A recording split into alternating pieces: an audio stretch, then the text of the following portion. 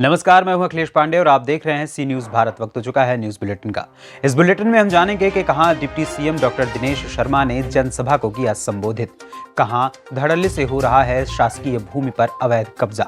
साथ ही साथ जानेंगे कि कहां समाजवादी पार्टी के सेक्टर प्रभारी तथा बूथ अध्यक्ष को सौंपी गई जिम्मेदारी। तो आइए इन खबरों पर विस्तार से करते हैं चर्चा।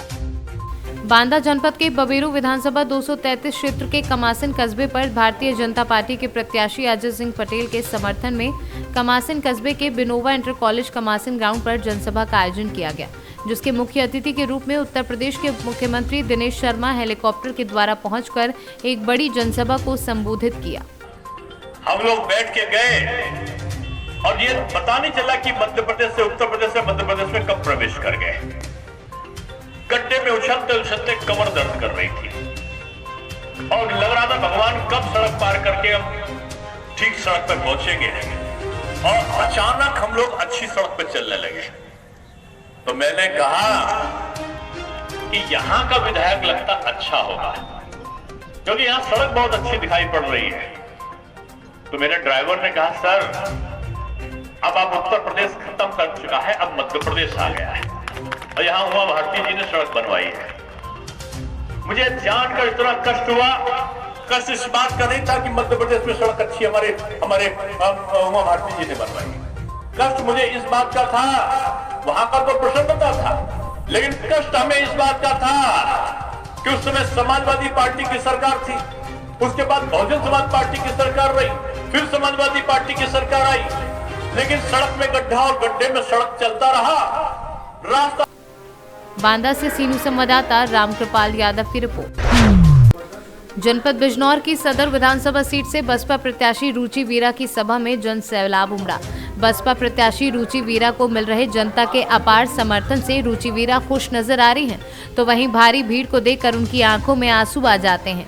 इतना ही नहीं, जनता भी रुचि वीरा से बेहद प्रेम करती है और लगातार उनकी मेहनत और ईमानदारी को देखकर जनता की भी आंखों में आंसू देखे जा सकते हैं। आप तस्वीरों में देख सकते हैं कि एक बुजुर्ग रोते हुए नजर आ रहा है। आखिर एक मुस्लिम व्यक्ति जिसके सर पर टोपी है, वह क्यों रो रहा है? रुचि वीरा से बिजनौर सदर विधानसभा सीट की जनता का बच्चा बच्चा प्रेम करता है और उन्हें विधायक बनते देखना चाहता है। देखो, जब के बीच में हो और जब अपनों का अपार प्यार समर्थन मिलता है आदमी, मुझे ये कहना चाहती हूँ, तो मैं इस यहाँ और मैं कुंवर साहब के घर के बेटे की बहू के और वह एक साधारण परिवार से साधारण महिला के तौर पर जैसे घरेलू होती हैं, मुझे बिजनौर के लोग रुचि वीरा बन काम करा। मुझे बिजनौर में नहीं, पूरे प्रदेश में, और मैं उससे भी ज़्यादा हदों का कोई लिमिट नहीं है तक लोग मुझे जानते हैं। तो बिजनौर वालों का है, बिजनौर वालों का है, उनका उन्होंने विधायक बनाया, बिजनौर वालों ने मुझे पंचायत के अध्यक्ष बनाया, और उसके भी जो मतली तौर से लगाओ पूरे जनपद के, नहीं कि खाली बिजनौर चुनाव होता है, लड़ाने पूरे के लोग आते हैं, लोगों के लोग आते हैं, और भाई दुआएं तो दूर दूर तक के लिए करते हैं। तो इसलिए हो जाती हूँ जब अपने में होते हैं, क्योंकि अपनों से कोई नहीं है, अपनों से। बिजनौर से सीनू संवाददाता सलीम हाशमी के साथ अजमल अंसारी की रिपोर्ट। छत्तीसगढ़ में धड़ल्ले से हो रहा शासकीय भूमि पर अवैध कब्जा। जहां शासकीय भूमि पर दबंगों द्वारा बोर्ड खनन किया जा रहा है, जहां संबंधित अधिकारी मौन हैं, वहीं ग्रामीणों में आक्रोश पनप रहा है। छत्तीसगढ़ से सीनू संवाददाता चंद्रभान यादव की रिपोर्ट। जनपद प्रयागराज में पुलिस महानिरीक्षक प्रयागराज परिक्षेत्र द्वारा करछना नैनी औद्योगिक क्षेत्र थानों का औचक निरीक्षण किया। पुलिस महानिरीक्षक प्रयागराज परिक्षेत्र डॉक्टर राकेश सिंह द्वारा सर्वप्रथम जनपद प्रयागराज के थाना खरचना का भ्रमण एवं निरीक्षण किया गया। इस दौरान परिसर का भ्रमण, परिसर की साफ सफाई, कार्यालय की साफ सफाई, कार्यालय में रखे रजिस्टरों का रखरखाव, महिला हेल्प डेस्क, जीडी बुक, आगंतुक रजिस्टर, कंप्यूटर कक्ष, भोजनालय कक्ष, चुनाव रजिस्टर तथा अपराध रजिस्टर सहित अन्य महत्वपूर्ण दिशा निर्देश दिए गए।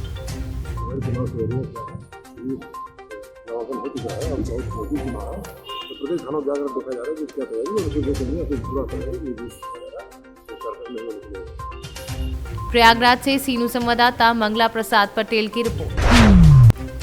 प्रयागराज की फूलपुर विधानसभा क्षेत्र के समाजवादी पार्टी के विधायक पद के प्रत्याशी मुस्तफा सिद्दीकी द्वारा समाजवादी पार्टी के सभी पदाधिकारियों की एक संगोष्ठी की गई तथा चुनावी दावपेच के बारे में चर्चा परिचर्चा की गई, जिसने अपने अभिभाषण में बूथ अध्यक्ष, पर्यवेक्षक और सेक्टर प्रभारी को अपने अपने बूथ तथा क्षेत्र के सभी मतदाताओं से मिलने तथा समाजवादी पार्टी में किए गए घोषणा पत्र को बताने की जिम्मेदारी दी गई। लगन और निष्ठापूर्वक अपने कार्य के प्रति क्षेत्र में सक्रिय रहते हुए मतदाताओं को जागरूक करें तथा समाजवादी पार्टी की सरकार बनाने का काम करें। खाद पार्टी जो पूरा खाद करेंगे, मेज बिछाएंगे, कुर्सी में लगाएंगे और कह रहे हमारा माला पहनाएंगे, तो कहाँ से देंगे? आप पूरा उनको खर्चा दिए, जो भी उनका खर्चा। और जब सेक्टर में बैठक में जाते हैं तो कहीं 50 आदमी, कहीं 60 आदमी, अरे कम से कम 1000, 10,000 की आबादी में 200-400 आदमी होना चाहिए, नहीं होना चाहिए? बताइए आप 10,000 के सेक्टर की बैठक 10,000 इस सेक्टर के इंचार्ज अगर 200-400 आदमी भी नहीं इकट्ठा करता तो हम उसको क्या और कभी। और दूसरी बात, बहुत तकलीफ कब होती है कि हमें आपके लिए नहीं कहना है कि आप अपने बोलिए, हम चुनाव। प्रयागराज से सीनू संवाददाता संतोष यादव की रिपोर्ट। खबर बलिया से है, जहां भाजपा के दिग्गज नेता ने सदर विधानसभा से दयाशंकर सिंह और भाजपा के बागी उम्मीदवार और वीआईपी पार्टी के उम्मीदवार के रूप में बैरिया के निवर्तमान विधायक सुरेंद्र सिंह ने अपना नामांकन दाखिल किया। नगर विधायक सभा क्षेत्र से चुनाव लड़ रहे चर्चित प्रत्याशी दयाशंकर ने कहा कि इस बार केवल विकास ही मुद्दा है, अगर अवसर मिला तो बलिया को बॉम्बे बना देंगे। तो वहीं सूबे के निवर्तमान मंत्री आनंद स्वरूप शुक्ला को अपनी निर्वाचित नगर विधानसभा क्षेत्र को बैरिया विधानसभा क्षेत्र से भाजपा प्रत्याशी के रूप में अपना नामांकन दाखिल किया। बाजरी विधानसभा 362 भारतीय जनता पार्टी। किन आपका मुकाबला अब नेता प्रतिपक्ष जो रहे हैं उनसे है, तीव्र नेता से, किन खास मुद्दों पे आप लड़ेंगे ताकि लगातार जीतते आ रहे उनको आप परास्त कर सकें? जी, सबसे बड़ा मुद्दा हमारा किसानों का मुद्दा रहेगा, जिसमें बाढ़, कटान और जल जमाव रहेगा, और दूसरा बच्चियों की शिक्षा की हम ज़्यादा और व्यवस्था कर सकें उस पर ध्यान दें। तो और कोई ऐसी बात बताइए जो आपके क्षेत्र में ना ऐसा कोई कार्य हुआ जिसे आपकी जनता आपकी तरफ भारतीय जनता पार्टी के प्रत्याशी के रूप में 363 बैरिया विधानसभा क्षेत्र से मैंने अपना नामांकन पत्र भरा है। बैरिया विधानसभा क्षेत्र में भारतीय जनता पार्टी के प्रति अभूतपूर्व उत्साह दिखाई दे रहा है। आगामी 3 मार्च के मतदान के दिन भारी मतों से लोग मतदान करके 10 मार्च को मतदान दिन बैरिया विधानसभा क्षेत्र से भारतीय जनता पार्टी के प्रत्याशी के रूप में मुझे निर्वाचित करने जा रहे हैं। ऐसा वातावरण हम सभी को वहाँ पर देखने को मिल रहा है। मंत्री जी, आप सदर के विधायक हैं और मंत्री भी थे और ऐसे में आपका टिकट काट के बैरिया लाया गया, तो आपको कितनी मुश्किलों का सामना करना है? वसुधैव कुटुंबकम की भावना से हम लोग काम करते हैं। कोई टिकट काटने के बाद में पार्टी के पार्लियामेंट्री बोर्ड फैसला करते हैं कि किस कार्यकर्ता को कहाँ चुनाव लड़ना है। हम लोग इतनी चुनौती, कोई चुनौती नहीं है। संपूर्ण उत्तर प्रदेश में क्षेत्र से आपने विधानसभा की आपने आज बलिया नगर से पार्टी ने 15 वर्षों के बाद फिर से एक बार बलिया में काम करने का अवसर दिया है। मैं ये समझता हूँ कि बाबा भृगु बाबा की कृपा रही होगी कि जिन्होंने कि भारतीय जनता पार्टी के नेतृत्व को कहीं न कहीं मन में ऐसा आया होगा कि भृगु बाबा की जाकर के दयाशंकर तुम जाकर के सेवा करो। और मैं सौभाग्यशाली हूँ कि पार्टी ने आज फिर से भारतीय जनता पार्टी का प्रत्याशी बलिया नगर से बनाया है।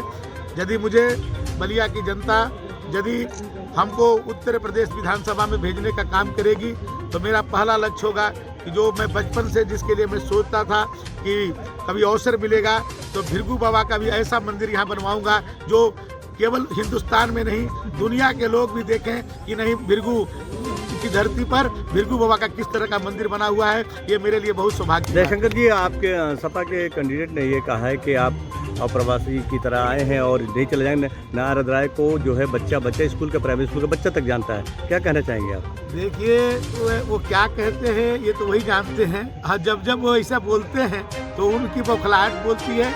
वो एक तरह से वो अपनी हार। आप जैसे लोगों का टिकट, सवर्णों का टिकट काटा जा रहा है, सच्चाई है। सुन लीजिए, अब मैं आपको चलाना है, आप लोगों को पवित्र मन से चलाइए, चला देना। भारतीय जनता पार्टी में स्वाभिमानी सवर्ण नेताओं का कहीं सम्मान नहीं। स्वामी, यदि आप पैर छू करके राजनीति करेंगे भारतीय जनता पार्टी में, आप सवर्ण हो, और यदि पैर छू करके राजनीति करोगे तो तुमको टिकट मिलेगा, और पराक्रम के बल पर राजनीति करना चाहोगे तो भारतीय जनता पार्टी में सवर्णों को कोई स्थान नहीं। शुक्ला जी ने कहा है कि वसुदेव का योगी जी को भी रोकने का प्रयास हो रहा है कि ये बिल्कुल हम इसमें हम बड़े नेता नहीं है। मैं इतना जानता हूँ, इतना मैं जानता हूँ कि भारतीय जनता पार्टी में जो शीर्ष नेतृत्व का पैर छुएगा उसी को टिकट मिलेगा, उसी को राजनीति करने का। क्या योगी जी भी पैर छू रहे हैं क्या? अब ये जाकर उनसे पूछिए। बलिया से सीनू संवाददाता राजू गुप्ता की रिपोर्ट। जिला नवरंगपुर ब्लॉक पापड़ाहांडी प्रखंड के जटाबल के पेट्रोल पंप के पास बाइक सवारों को अनजान गाड़ी ने धक्का देकर चला गया। इस दौरान बाइक सवार घायल हो गए हैं। उस समय बीजू जनता दल के जिला परिषद प्रार्थी मोतीराम नायक उसी सड़क से जा रहे थे। फिर पीड़ितों को मोतीराम नायक ने एम्बुलेंस का इंतजार न करते हुए तुरंत घायलों को अपनी गाड़ी में बिठाकर पापड़ाहांडी गोष्ठी स्वास्थ्य केंद्र में भर्ती कराया और हर जगह ये पूरी घटना चर्चा का विषय बन चुकी है। उड़ीसा से सीनू संवाददाता मोहम्मद गुफरान की रिपोर्ट। नवरंगपुर के सांसद रमेश चंद्र मांझी कल निर्वाचन प्रचार के लिए जारीगांव ब्लॉक से निकलकर इच्छापुर पंचायत के ढेपगुड़ा धाम होते हुए केबीडी जा रहे थे। इसी दौरान सांसद रमेश चंद्र मांझी की गाड़ी पर गांव वालों ने हमला कर दिया। कई लोग अंडे फेंक कर हमला किया और कई लोगों ने गाड़ी पर पत्थरबाजी भी की। ये मामले पर सांसद प्रतिनिधि प्रियरंजन दास ने झरीगांव थाने में लिखित शिकायत दर्ज कराई है और वहीं पुलिस जांच पड़ताल में जुट गई है। उड़ीसा से सीनू संवाददाता मोहम्मद गुफरान की रिपोर्ट। एकात्म मानववाद के प्रणेता भारतीय चिंतक विचारक पंडित दीनदयाल उपाध्याय की 53वीं पुण्यतिथि के अवसर पर भाजपा मंडल सिलवानी के द्वारा मार्केटिंग सोसाइटी भवन में शुक्रवार में बैठक का आयोजन किया गया। यहाँ पर कार्यकर्ताओं के द्वारा आजीवन सहयोग निधि का एकत्रीकरण किया गया। पुण्यतिथि के अवसर पर आयोजित की गई बैठक को भाजपा मंडल अध्यक्ष विजय शुक्ला, पूर्व नगर परिषद अध्यक्ष संजय मस्ताना, भाजपा नेता शिवपाल सिंह राजपूत आदि ने संबोधित किया। रायसेन से सीनू संवाददाता राजेश साहू की रिपोर्ट। AIMIM के मुखिया एवं सांसद असदुद्दीन ओवैसी अचानक सपा सांसद आजम खान का गढ़ कहे जाने वाले उनके गृह जनपद रामपुर पहुंचे, जहां पर उन्होंने मीडिया के सवालों का अपने ही अंदाज में जवाब दिया। वह हिजाब प्रकरण से लेकर अखिलेश यादव और आजम खान तक पर भी अपने चिर परिचित अंदाज में जवाब देते हुए नजर आए। बताया कि अखिलेश यादव खुद भी मुसलमानों पर या हिजाब पर बोलने से डर रहे हैं, सवाल बदलने की कोशिश कर रहे हैं। वो तो आपके टीवी चैनल पे दिखाया गया, जिसमें उनसे पूछा गया तो नहीं दे रहा है। बोले ऊंचा बोलो, ऊंचा बोलो। अरे लफ्ज़ मुसलमान में नहीं पहुंच रहा है तो क्या पैगाम दे रहे उत्तर प्रदेश के आप के समाज के ऊपर पैगाम बहुत बड़ा बहुमूल्य वोट यहाँ रामपुर से बनता है और आप यहाँ पर पहुँचे हैं। इसका कारण ऐसा कुछ भी नहीं है। सर शेर के बराबर में अभी तो हम कई दूसरी जगह पर खड़ा की जमाती वाले कहाँ है?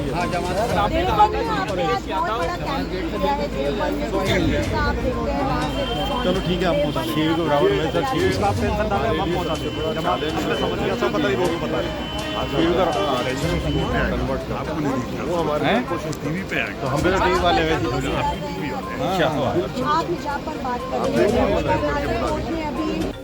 रामपुर से सीनू संवाददाता साजिद खान की रिपोर्ट। फिलहाल इस बुलेटिन में इतना ही। देश दुनिया की तमाम खबरों के लिए देखते रहे सी न्यूज़ भारत। हर खबर आपके साथ, आपके हाथ।